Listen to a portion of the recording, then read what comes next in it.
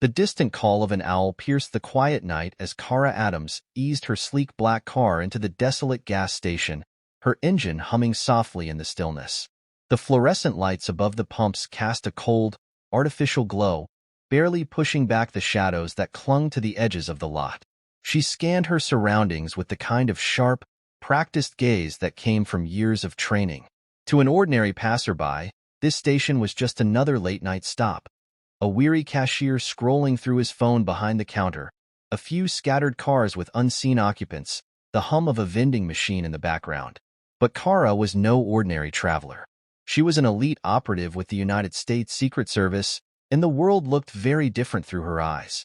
Every flickering light, every blind spot in the security cameras, every subtle movement in the periphery, it all told a story, one she had learned to read instinctively. Tonight was supposed to be a rare moment of peace.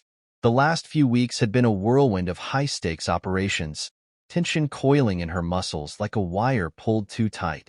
This gas station was just a brief stop, a place to refuel and gather herself before she disappeared into the night.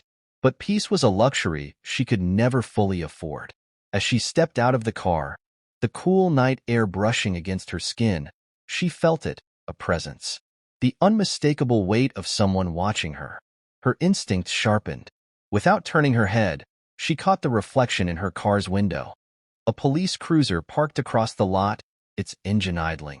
Inside sat Officer Clint Mason, a man whose reputation in this small town reeked of unchecked power and racial bias. Mason was the kind of officer who thrived on control, on reminding people who held the power.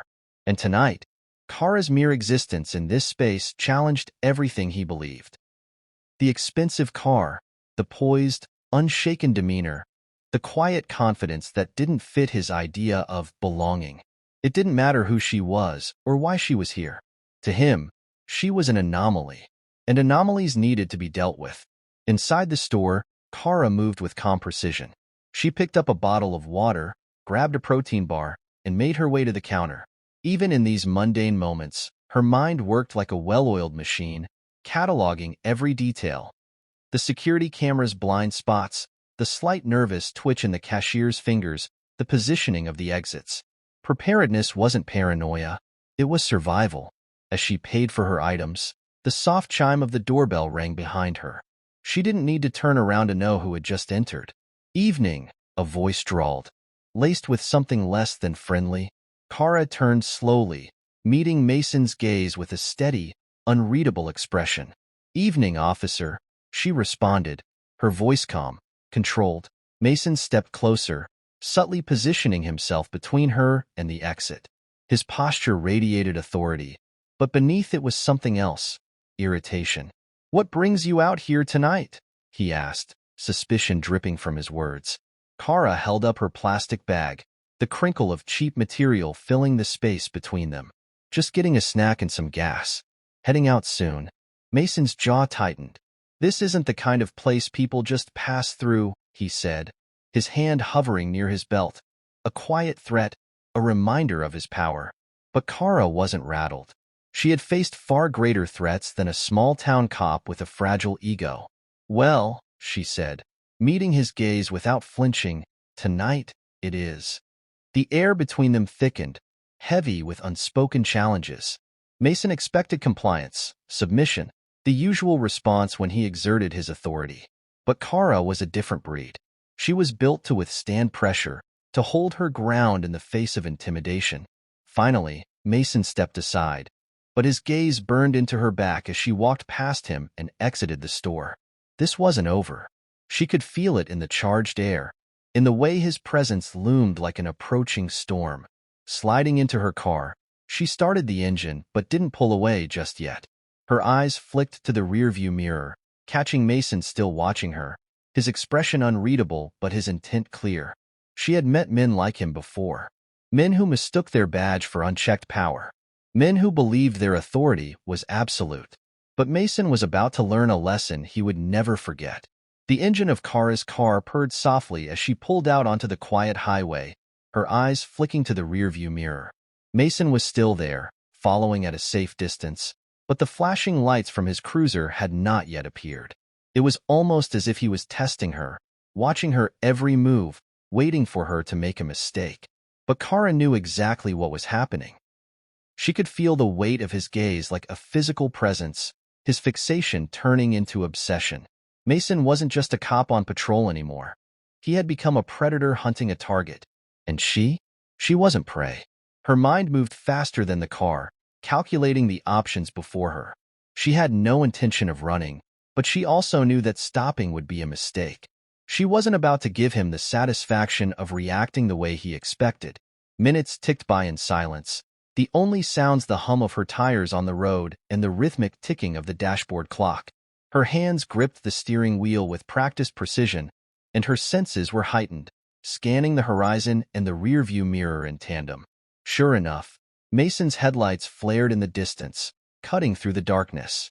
His sirens blared to life, a sharp, angry sound that sliced through the night air. Kara's pulse didn't skip a beat. She had anticipated this. Without hesitation, she signaled to the side of the road and pulled over, her movements slow and deliberate. She would not let him rush her. As the sirens blared in her ears, Kara placed both hands on the wheel, taking a deep, controlled breath. She was the calm in this storm, not him. Through the rearview mirror, she saw Mason's silhouette approach, his posture aggressive, his hand hovering near his belt. He was ready for a confrontation, expecting her to show fear, to shrink back under the weight of his authority.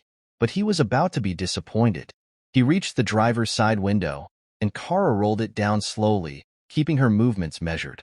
His eyes narrowed as he peered inside, his voice rough as he barked, "License and registration." Kara complied, sliding her documents into his outstretched hand, her expression unreadable. Mason took the documents, scrutinizing them, his frown deepening as he read. He was looking for something, anything to justify his growing suspicion. But there was nothing. "Is this your car?" Mason asked, his voice dripping with disbelief. "Yes, officer," Kara replied, her tone steady and calm. Mason's gaze drifted to the sleek black case resting on the passenger seat. The case. Her training had told her to keep everything locked down, but she had known this moment might come. He was looking for a reason to escalate. "What's in the case?" His voice was filled with suspicion, the question practically oozing with implied judgment. Kara's response was swift, unflinching. "Classified." His frustration flared, the tension in the air almost palpable. The longer he stood there, the more his power seemed to slip away from him. She wasn't scared. She wasn't intimidated. She wasn't even blinking. Without a word, Mason reached for the door handle, his anger boiling over. "Step out of the vehicle." Kara didn't move immediately. The moment when someone like Mason believed they had full control. But she had a different kind of control. "I'm not getting out," she said, her voice cutting through the tension. "You don't have the clearance." Mason's face twisted in anger, his hand hovering over his belt, fingers brushing the handle of his weapon. He wanted a confrontation, but Kara was refusing to give him one. Before Mason could take another step, the sharp roar of approaching engines split the air. Black SUVs appeared from the darkness, their headlights like twin beams of authority. The sound of their engines hummed like a power surge, and suddenly, the air was charged with an unmistakable sense of control. Mason's posture stiffened, his eyes darting to the convoy approaching. For the first time that night, doubt crept into his mind. Who were these people? And why had they shown up now? The SUVs came to a halt in a smooth, coordinated motion. Out stepped agents in tactical gear, their movements synchronized, their presence a stark contrast to Mason's disarray. They moved like a well-oiled machine, exuding the kind of authority that made Mason's badge feel suddenly very small. One of the agents, a tall man with an air of command, approached Mason. His eyes locked onto the officer with cold precision. "Step away from the vehicle," the agent ordered, his voice calm but carrying the weight of someone who wasn't used to being defied. Mason, still bristling with anger, hesitated. "Who the hell are you?" he demanded, but his voice wavered, uncertainty creeping in. The agent didn't flinch. Instead, he calmly raised his badge, flashing it in front of Mason's eyes. "U.S. Secret Service. Step back." The moment the words left his mouth, Kara's confidence remained unshaken. She hadn't moved since the SUVs arrived, her face expressionless. She was not part of this scene anymore. She was the reason it had all unfolded the way it had. The agent turned to Kara. "Agent Adams, are you all right?"